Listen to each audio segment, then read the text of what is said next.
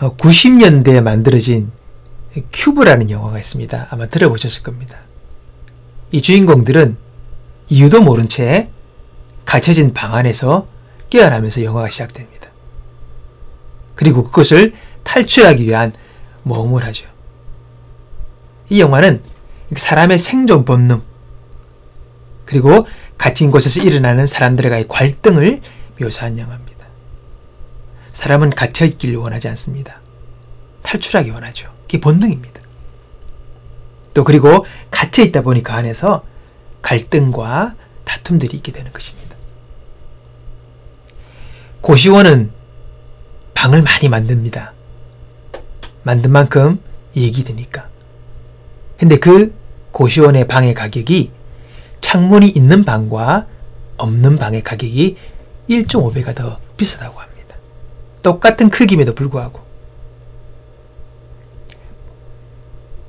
그리고 일반 우리 숙박업소에도 방이 있는 방과 창이 있는 방과 창이 없는 방, 모텔이나 이런 데도요, 가격 차이가 나요.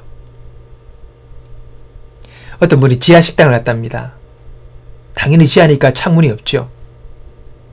근데 가짜 창문을 만들고 진짜 창인 것처럼 그렇게 꾸며놨더랍니다.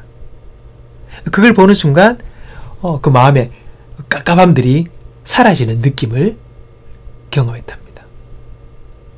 창문은 존재하는 것만으로도 강한 힘이 있습니다. 창문은 우리에게 희망을 주기 때문입니다. 그리스 문명은 일상의 세계 속에서 갇혀있는 사람들에게 창문이 있다는 것을 알려주었습니다. 그 수단이 바로 철학과 종교입니다. 철학과 종교는 사람들에게 지금 네가 살고 있는 이 세계가 전부가 아니야, 또 다른 세계가 있다는 거예요. 창문의 존재를 이야기합니다. 근데 중요한 것은 창문의 존재는 말하지만은 창문 밖을 보지는 못합니다. 그게 한계죠. 그래서 그리스 신화 보세요. 거기 나오는 신들은요, 하나같이 질투하고 투쟁하고 음료를 꾸밉니다. 칸에 보면 제우스나 헤라나 아폴로, 이 신들이 신 같지 않아요. 행동하는 게 사람과 똑같이 행동합니다. 바로 이것이 사람의 한계인 거죠.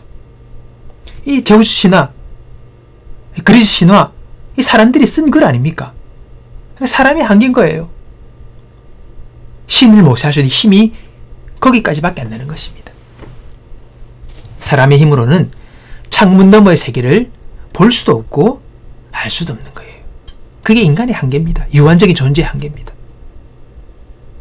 자, 그러면 창문이 있다는 것, 창문 너머의 세계가 있다는 것은 우리가 어렴풋 알았지만은, 그럼 어떻게 하면 그 창문 밖의 세계를 볼 수 있느냐? 나아가 어떻게 하면 그 창문 밖의 세계로 우리가 갈 수가 있느냐? 거기까지. 그것은 하나님이 보여주셔야 되는 겁니다. 그건 하나님의 역사예요. 사람의 힘으로는 그걸 열 수가 없습니다. 요한계시록의 로마자 표준이 뭡니까? 표기가 Revelation, 계시. 이 계시라는 말의 뜻이 그러는 거랍니다. 가려져 있던 것이 누군가가 열어주는 거예요. 커튼에 가려져 있던 것을 누가 커튼을 싹 걷어주는 것, 그래서 보게 되는 것, 그것이 바로 계시라는 것입니다. 계시는 하나님이 우리에게 주시는 거죠. 그분이 우리의 눈을 열어주셔야지 우리가 하나님의 세계를 볼 수가 있는 겁니다. 이 계시의 절정이 뭡니까? 바로 말씀이에요. 이 성경을 통해서 우리는 하나님의 세계를 볼 수 있는 것입니다. 하나님을 알게 되고 그분을 만나는 일들이 이 말씀을 통해서 일어나게 되는 것입니다. 그래서 성경이 중요한 것입니다. 성경은 사람의 상상력이나 아이디어로 주어질 수 없는 하나님의 계시를 우리에게 보여주고 있는 것입니다. 계시록 1장 1절에 이렇게 이야기합니다. 예수 그리스도의 계시라. 사도 요한이 밤모섬에 갇혔을 때에 예수님께서 그의 눈을 열어서 그분께 말씀하신 거예요. 이 주님께서 보여 알게 하신 것을 사도 요한이 기록한 것입니다. 요한이 열심히 연구하고 탐독하고 많은 책을 읽고 사색을 통해서 나오는 글이 요한계시록이 아니라는 거예요. 하나님이 눈을 열어 그에게 보여주신 것을 그가 기록한 것입니다. 창밖의 세계, 그 세계를 볼 수 있는 것은 바로 하나님께서 우리에게 눈을 열어주셔야 되는 것입니다. 바로 그게 은혜예요. 오늘 그리스도인은 이 눈을 연 사람이고 이 눈을 가진 사람이고 본 사람들이에요. 하나님을 아버지라 부르고 예수님을 나의 주라고 부르는 이 자체가 벌써 하나님의 계시를 받은 것입니다. 그리고 우리가 신앙생활에 나가면서 점점 더 주님께서 많은 것을 보게 하시는 거죠. 그러면서 우리 신앙은 자라나게 되는 겁니다. 창밖을 볼 수 있는 사람과 볼 수 없는 사람 차이가 있습니다. 볼 수 없는 사람은요, 이 방안이 전부입니다. 볼 수 있는 게 그거밖에 없기 때문에 이게 전부예요. 그래서 이 안에서 모든 것을 결정하고 행동합니다. 그러나 창밖의 세계를 본 사람은 이게 전부가 아니라는 걸 알아요. 창밖에 또 다른 세계가 있다는 것을 알기에 생각하는 것과 행동하는 것이 달라지게 되는 겁니다. 그리고 언젠가는 창밖의 세계로 내가 나아갈 것을 알고 또한 그것을 준비하며 창밖의 세계와 잇대어 살아가는 것. 그래서 이들의 삶의 가치와 목표는요, 창밖의 세계를 볼 수 있는 사람과 없는 사람의 현격한 차이가 있습니다. 창밖의 세계를 본 사람은 좀 더 가치와 의미가 있는, 영원한 가치가 있는 어떤 것을 위해 노력하게 되는 거죠. 그것을 목표로 두고 살아갑니다. 이게 크리스찬과 아닌 사람의 차이입니다. 그래서 크리스찬들은 하나님의 뜻, 그분의 부르심, 나를 통해 이루실 일들, 이런 걸 생각합니다. 하나님의 사랑, 그리스도의 사랑, 이런 것들을 생각하는 거죠. 그래서 가치관이 다르고 지향점이 다른 것입니다. 창밖의 세계를 본 사람들이 한 두 가지 특징만 이야기하고 말씀을 마치기 원합니다. 첫 번째로요, 창밖의 세계를 본 사람은요, 함부로 비방하거나 판단하지 않습니다. 창밖의 세계가 어떤 세계입니까? 우리를 구원하신 그리스도가 계신 곳입니다. 하나님이 계신 곳입니다. 그곳은 용서와 생명의 세계입니다. 우리는 그리스도로 말미암아 용서와 구원을 얻었지요. 예수님 때문에, 그분 덕분에. 그래서 그리스도인은요, 자주 이런 말을 합니다. 나 같은 죄인도 용서받았습니다. 찬양 Amazing Grace, 나 같은 죄인 살리신 주 은혜 놀라워. 이게 그리스도인의 아주 핵심적인 고백입니다. 나 같은 죄인도 용서받았다는 거예요. 나 같은, 무슨 말입니까? 이런 자도, 이런 어떻게 보면 이 나 같은 죄인이라는 찬양을, 가사를 쓴 그 주인공이, 흔히 말하는 세상적으로 아주 타락한, 아주 악한 그런 생활들을 했잖아요. 그런데 그가 예수를 만나고 하는 고백이 나 같은 죄인 살리신 주 은혜 놀랍다. 그러니까 도저히 용서받지 못할 것 같은, 용납받지 못할 것 같은 나도 주님이 용서하셨다 라면서 Amazing Grace라고 고백하는 겁니다. 근데 이 말은요, 사도 바울도 그런 고백을 했어요. 미쁘다 모든 사람이 받을 만한 이 말이요, 그리스도 예수께서 죄인을 구원하시려고 세상에 임하셨다 하여도다. 죄인 중에 내가 괴순이라. 죄인 중에 우두머리가 되는 나도 주님께서 용서하셨다는 거죠. 나를 구원하시려고 이 땅에 오셨다는 거예요. 그래서 미쁘다, 복음을 이야기하고 있는 것입니다. 이게 복음이에요. 우리는 이 복음을 받아들여 이 복음의 소망을 가지고 살아갑니다. 나도 용서하시고 나 같은 자를 사랑하시고 구원하신 하나님의 그 사랑을 생각하는 거죠. 그렇다면 이제 우리가 이 복음을 나에게만 아니라 서로에게 적용할 수 있어야 합니다. 하나님이 나를 사랑하셔서 구원하셨다면 나와 다른 형제와 자매도 동일히 구원하시는 거죠. 동일히 사랑하시는 것입니다. 그 용서를 받은 자는, 그 창밖의 세계를 경험한 사람은 이제 함부로 형제와 자매를 판단하지 않습니다.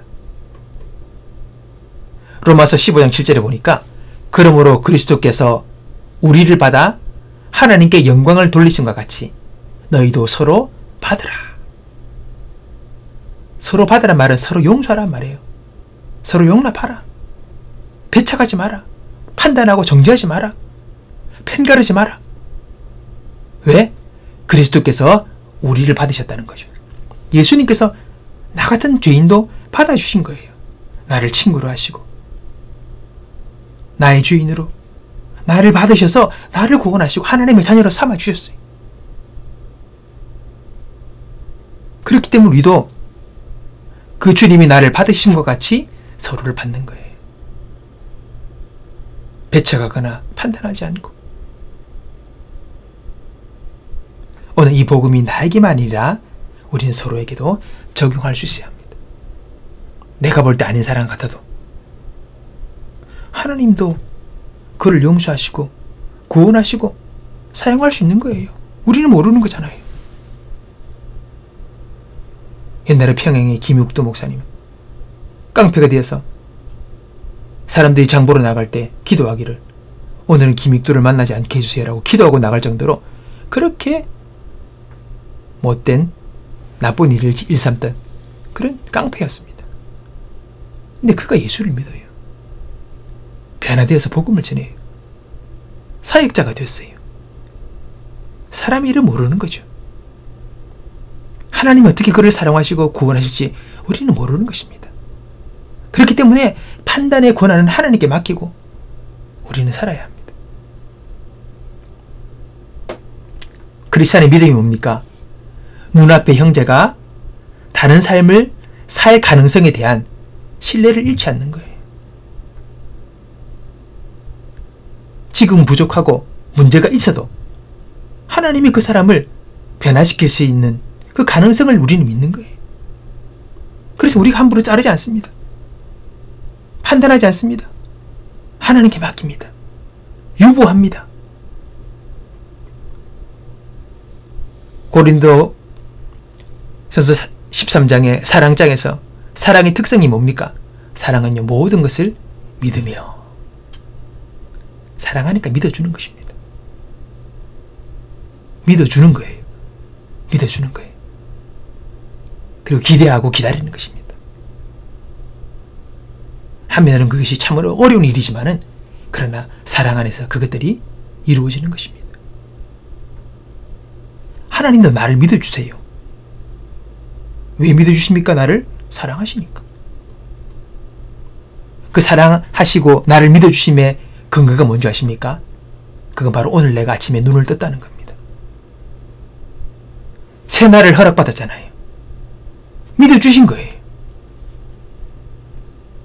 오늘 하루 눈을 떠서 내가 주의 말씀에 순종하며 주의 뜻을 따라 내가 살아가는 사람으로 변화될 것을 기대하면서 하나님은 우리에게 눈을 뜨게 하신 거예요. 오늘 내가 살아있으므로 우리에게는 기회가 있는 거예요. 하나님께 영광 돌릴 기회. 주의 뜻을 따라 살아갈 수 있는 기회가 오늘 우리에게 주어진 거예요. 오늘 내가 아침에 눈을 뜨지 못했다면 모든 기회는 사라진 것입니다. 끝이지요. 눈을 떴다는 것은 하나님이 오늘도 나에게 기회를 주신 거예요. 그리고 오늘도 나를 믿어주셨기에 이 아침에 우리가 눈을 뜬 것입니다. 그러기에 오늘 아침에 눈을 뜨고 오늘 내가 하루를 살아간다는 것은 소망이요 기쁨이 되는 것입니다. 우리에게 새로운 날들이 주어진다는 소망이 바로 오늘 내가 아침에 눈을 뜸으로부터 시작되는 것입니다. 하나님이 나를 믿어주신다. 나를 사랑하신다. 그 사실 앞에 우리가 반응하며 살아가는 것. 바로 그게 신앙인의 삶인 것입니다.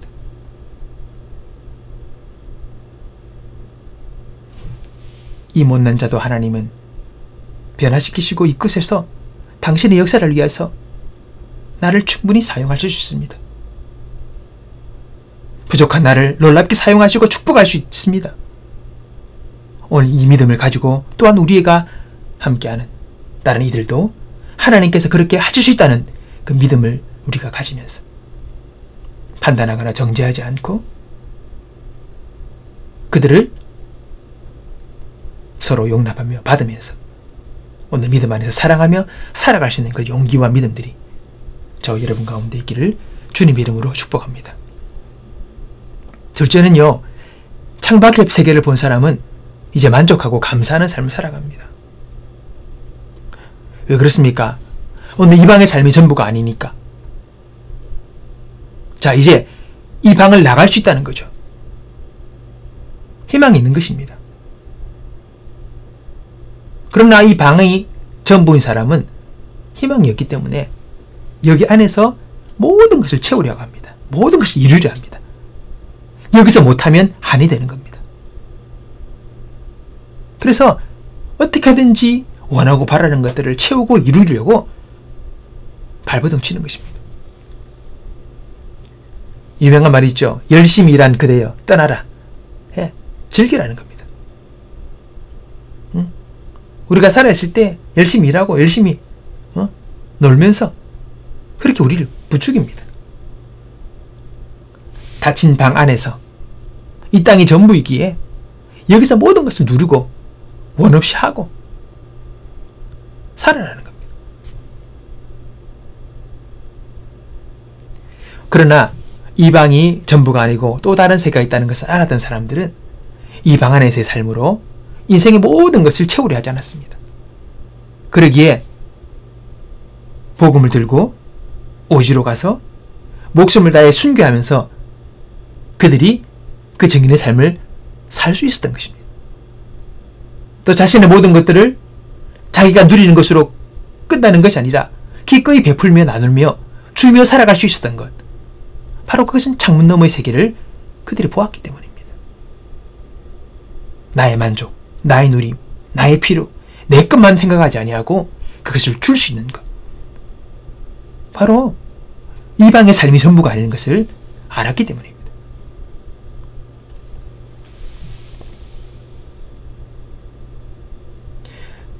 선한목자교회에 지금 은퇴하셨지만 유기성 목사님이 자기 동생인가? 그분이 선교사랍니다. 초기에 선교 사역을 떠난다는데 전혀 삶에 문제가 없었어요. 부족함도 없고 잘 살고 있는 친구들인데 동생이 선교를 간다. 자기 처음에 이해가 되지 않았답니다. 나중에는 그런 이야기를 하더라고요. 이 친구는 분명히 하나님의 세계, 그 창문 너머의 세계를 보았기에 그렇게 모든 것을 결단하고 그 길을 떠날 수 있다는 겁니다. 그 길을 떠나는 그의 마음에 아쉬움이나 억울함이나 어쩔 수 없어가 아니라 차원하는 마음으로 갈 수 있는 것.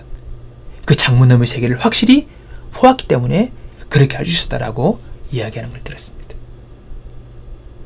보았기에 다른 삶을 살게 되는 것이죠. 히브리 말로 수올이라는 말이 있습니다. 이건 죽은 자들이 가는 장소를 이야기합니다. 흔히 죽음이라고도 번역을 하는데 근데 이 수올은요 만족이 없어요. 아담 이래 죽은 사람의 수를 대충 계산해 보니까 1000억 명이 넘는다 그럽니다. 1000억 명.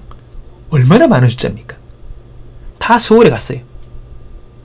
근데 계속해서 죽음은 아직도 사람을 요구합니다. 죽음은 요구합니다. 계속 달라는 거예요. 만족이 없어요. 근데 이 죽음이란 방에 가둘 수 없는 분이 있었습니다. 누구십니까? 바로 그분이 예수 그리스도입니다. 그분은 죽음의 방을 깨고 다시 살아나셨어요. 죽음을 이기고 부활하셨어요. 그리고 지금도 그분은 살아계십니다. 우리 가운데 살아 역사하십니다. 지금도 죽음의 생명을 주시고 어둠의 빛을 주시며 질병을 치료하시고 부활의 영인 성령을 우리에게 부어주십니다. 그리고 지금도 우리의 삶을 인도하고 계십니다. 그분은 방 안에 갇혀있지 아니하고 죽음도 그를 가두지 못했습니다. 부활하신 예수 그리스도, 그분은 오늘도 우리의 삶 가운데 함께 하시면서 길이 없어 보여도 길을 열어주십니다. 안 되는 것 같아도 되게 하십니다. 내게 능력 주시는 분 안에서 우리는 모든 것을 할 수 있는 삶을 살아갈 수 있습니다. 그분은 광야에 길을 만드십니다. 사막에 강의 을이 가시는 분입니다. 도저히 있을 수 없는 일들도 그분은 이루십니다. 죽은 나사로를 살리듯 죽은 자도 살리시는 그분, 하나님의 그 말씀은 능치 못하심이 없습니다. 그 부활의 주님이 오늘 우리와 함께 하십니다. 그분이 나의 주인 되십니다. 오늘 그리스도인들, 우리는 그 부활의 능력을 품고 그 능력 아래서 살아가는 사람들입니다. 절망이나 근심이나 염려나 무력감 가운데 갇혀있지 아니하고 그 모든 문제를 넘어선 모든 문제의 키를 갖고 계신 그 주님과 함께 살아가는 자들입니다. 그래서 사도 바울은 고백합니다. 우리가 이 보배를 질그릇에 가졌으니 이는 심히 큰 능력은 하나님께 있고 우리에게 있지 아니함을 알게 하려 함이라. 우리가 사방으로 우겨쌈을 당하여도 쌓이지 아니하며 답답한 일을 당하여도 낙심하지 아니하며 박해를 받아도 버림받지 아니하며 거꾸로 뜨림을 당하여도 망하지 아니하고 갇혀있지 않는 거예요. 초월의 삶을 살아가는 겁니다. 극복의 삶을 살아가는 겁니다. 바로 부활하신 예수를 마음에 모시고 살아가는 사람, 오늘 그리스도인의 삶이 바로 그러한 삶이라는 것입니다. 크리스천은 방 안에서 살지만은 창문 너머 다른 세상에 있다는 것을 알고 있는 자들입니다.